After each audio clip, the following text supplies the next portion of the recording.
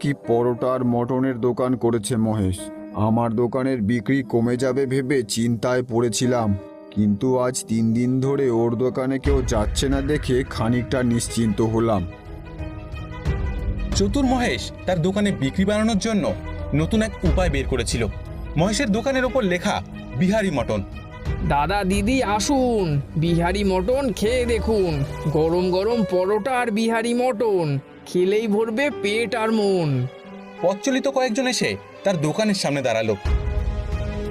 Bihari mutton? আগে তো এমন মটন কোনোদিনও খাইনি। তা কেমন খেতে? কেমন খেতে ওই বিহারি মাটন?